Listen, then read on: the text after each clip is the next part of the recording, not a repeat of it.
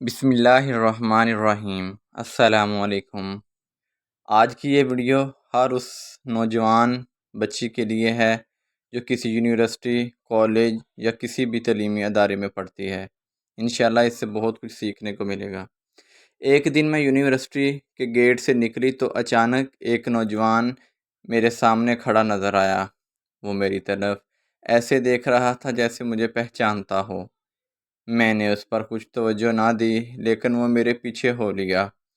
پست آواز اور بچگانہ کلمات سے میرے ساتھ باتیں کرنے لگا۔ اے خوبصورت حسینہ، میں آپ سے شادی کرنا چاہتا ہوں۔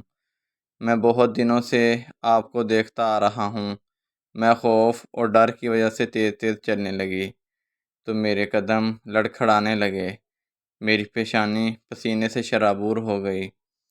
اس سے پہلے کبھی ایسا واقعہ پیش نہ آیا تھا اور میں مدہوش اور انتہائی پریشانی کے عالم میں گھر پہنچی۔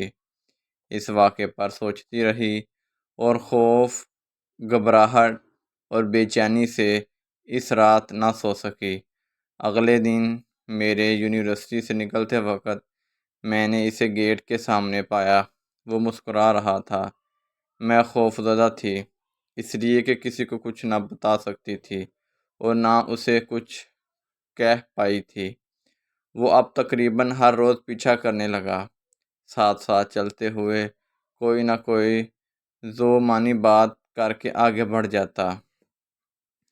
ایک دن تو اس نے حد کر دی۔ اس نے ایک خط نما لفافہ گھر کے دروازے کے پاس پھینک دیا۔ میں نے اس کو اٹھانے میں خوف محسوس کیا، لیکن ڈرتے ڈرتے اٹھا لیا۔ میرے ہاتھ کپ کپا رہے تھے۔ میں نے اسے کھولا اور پڑھا تو اس میں محبت بھرے کلمات تھے، جنہوں نے عشق کے دعوے تھے، اور مزید جو اس نے مجھے تنگ کیا اور پریشان کیا تھا اس کی معذرت کی تھی، بار بار معافی مانگی تھی۔ میں نے کاغذ پھاڑا اور پھینک دیا۔ کچھ دیر بعد میرے موبائل فون کی گھنٹی بجی۔ میں نے کال ریسیو کی تو اچانک وہی نوجوان خوبصورت کلام سے بول رہا تھا۔ آپ نے خط پڑھ لیا یا نہیں؟ میں نے کہا، اگر تم نہیں سدھرے تو میں اپنے گھر والوں کو بتا دوں گی اور نقصان تمہارا ہوگا، اور میں نے فون بند کر دیا۔ 1 منٹ بعد دوبارہ فون کر دیا، پیار جتانے لگا کہ میرا مقصد بڑا نیک ہے اور شادی کرنا چاہتا ہے، اور کہنے لگا کہ وہ بڑا مالدار ہے۔ عن قریب میرے لیے وہ ایک خوبصورت گھر بنائے گا اور میری تمام خواہشات کو پورا کرے گا۔ مزید کہا کہ وہ اکلوتا ہے اور اس کے خاندان سے کوئی باقی نہیں بچا۔ المختصر، اور اس پر میرا دل نرم پڑ گیا۔ بات چیت کرنے لگی اور بے تکلفی اختیار کرنے لگی۔ اب میں ہر وقت اس کے فون کی منتظر رہتی۔ یونیورسٹی سے نکلتے وقت اس کو تلاش کرتی کہ شاید اس کو دیکھ پاؤں، لیکن بے سود۔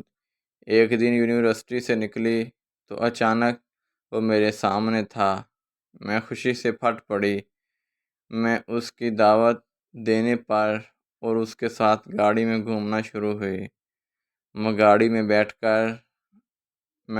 بیٹھ کر اس کی طرف دیکھتی رہتی اور وہ میری طرف دیکھتا رہتا۔ میں اس نوجوان کی بے حد دیوانی ہو چکی تھی۔ محبت اور پیار کا پاگل پن شروع ہو چکا تھا، لیکن مجھے معلوم نہیں تھا کہ میں محض اس نوجوان کا پکڑا شکار بن چکی تھی۔ میں نے بہت مرتبہ اس کے ساتھ اس کے گھر میں آنا جانا شروع کر دیا، لیکن اس وقت جب اس کے گھر والے گھر میں موجود نہ ہوتے، میں سب سے عزت والی چیز کو کھو بیٹھی تھی۔ اس نوجوان کی محبت میں ہر درد اور اذیت کو خوشی سے برداشت کر چکی تھی۔ جب جذبات کچھ ٹھنڈے پڑے تو میں پاگلوں کی طرح اپنے کپڑوں کی جانب بڑھی۔ مجھے اس وقت شدید شرمندگی اور پچھتاوا ہو رہا تھا۔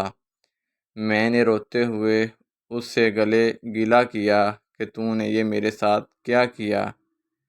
تم ڈرو نہیں، تم میری بیوی ہو، اور میں تمہاری بیوی کیسے ہوں؟ تم نے میرے ساتھ نکاح نہیں کیا، میں عین وقت قریب تم سے نکاح کر لوں گا۔ میں بے بسی محسوس کر رہی تھی۔ میں لڑکھڑاتی ہوئی اپنے گھر پہنچی۔ میری پنڈلیاں میرا بوجھ اٹھا نہیں رہی تھیں۔ یا الہی، یہ میں نے کیا کر دیا؟ کیا میں پاگل ہو گئی ہوں؟ مجھ پہ کیا مصیبت پڑی تھی کہ اس نوجوان کے ہاتھوں اپنی عزت خود ہی لٹوا بیٹھی تھی۔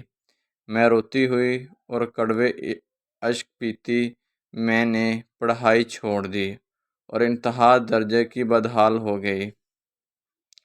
گھر والوں میں سے کوئی بھی اصل معاملے تک نہیں پہنچ سکا تھا، لیکن میں ایک وعدہ سے لٹکی تھی کہ اس کا میرے ساتھ شادی کا وعدہ تھا۔ کئی دن بیت گئے۔ اس کے بعد کیا ہوگا؟ اچانک ایسا حادثہ ہوا جس نے میری زندگی داؤ پر لگا دی۔ ایک ماہ بعد میرے موبائل کی گھنٹی بجی۔ ہاں، یہ اسی کا نمبر تھا۔ میں جھٹ سے کال ریسیو کی تو دور سے اس کی آواز آ رہی تھی اور مجھے کہہ رہا تھا، میں ایک اہم کام کے لیے تجھ سے ملنا چاہتا ہوں۔ میں خوش ہو گئی کہ اہم کام کا مطلب تو شادی کے امور کو ہی انجام دینا ہوگا۔ میں اس کی بتائی گئی جگہ پر پہنچ گئی جہاں وہ اپنی گاڑی میں موجود تھا۔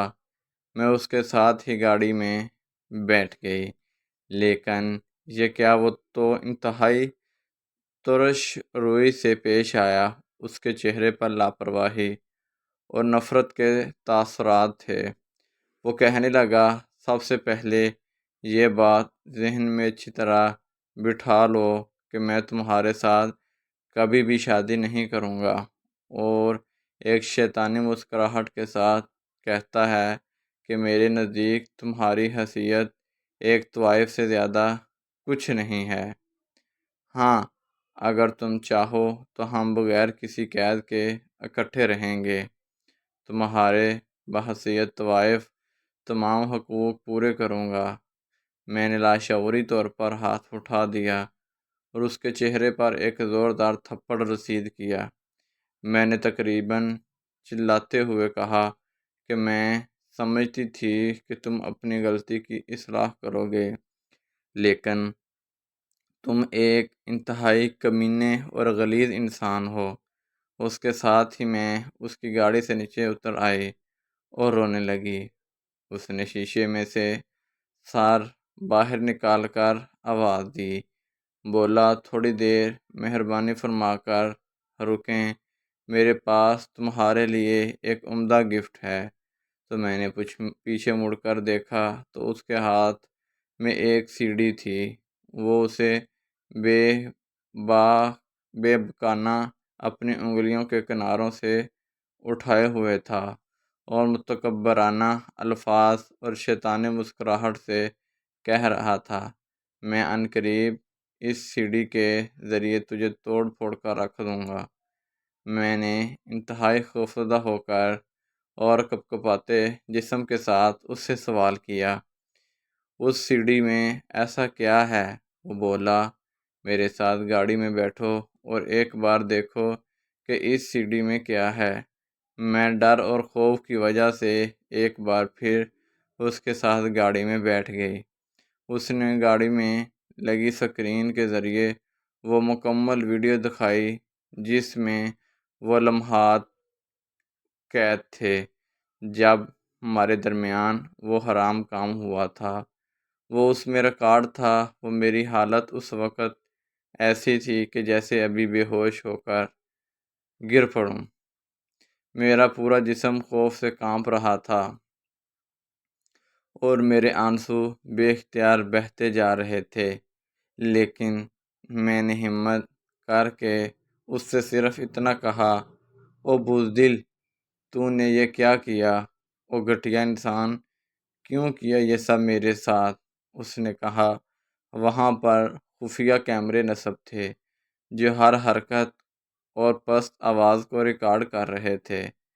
اب تم میری غلام بن کر رہو گی۔ جیسا میں کہوں گا ویسا کرو گی۔ اور ایک پھر اس ظالم شخص نے گاڑی کے اندر ہی میری عزت کو تار تار کیا۔ میں رونے اور چلانے لگی، لیکن اب اس کا کوئی فائدہ نہ تھا۔ میں لٹی پھٹی عزت کے ساتھ گھر واپس آ گئی۔ میں بے بس ہو چکی تھی۔ یہ صرف اب میرا معاملہ نہ تھا، میرے گھر والوں بلکہ پورے خاندان کی عزت داؤ پر لگ چکی تھی۔ اب میں اس کے ہاتھ میں قیدی بن چکی تھی۔ وہ مجھے ایک آدمی سے دوسرے کی طرف منتقل کرتا رہتا اور رقم بٹورتا۔ میں دلدل میں گر چکی تھی اور زندگی تباہی کی طرف لے جا چکی تھی، جبکہ میرے گھر والے میرے کرتوتوں سے مکمل طور پر بے خبر تھے۔ انہیں مجھ پر مکمل بھروسہ تھا، لیکن اس ظالم شخص نے ایک دن وہ ویڈیوز انٹرنیٹ پر وائرل کر دی۔ ویڈیوز پھیل گئی اور میرے چچا کے بیٹے کے ہاتھ لگ گئی، اور پھر سارا معاملہ کھل گیا اور راز فشاں ہو گیا۔ میرے ماں باپ اور سارے خاندان کو پتہ چل گیا۔ رسوائی سارے شہر میں پھیل گئی اور ہمارا گھر شرمندگی سے لتھڑ گیا۔ میں اپنی جان بچانے کے لیے بھاگ کھڑی ہوئی اور اسی ظالم کے ہاتھوں مزید برباد ہونے کے لیے پہنچ گئی، کیونکہ اس کے سوا اب میرا کوئی ٹھکانہ نہ تھا۔ اب میں اس دھندے میں مکمل طور پر داخل ہو چکی تھی۔ معاشرے نے مجھے ایک نام دے دیا۔ اب میں ایک طوائف کہلاتی ہوں۔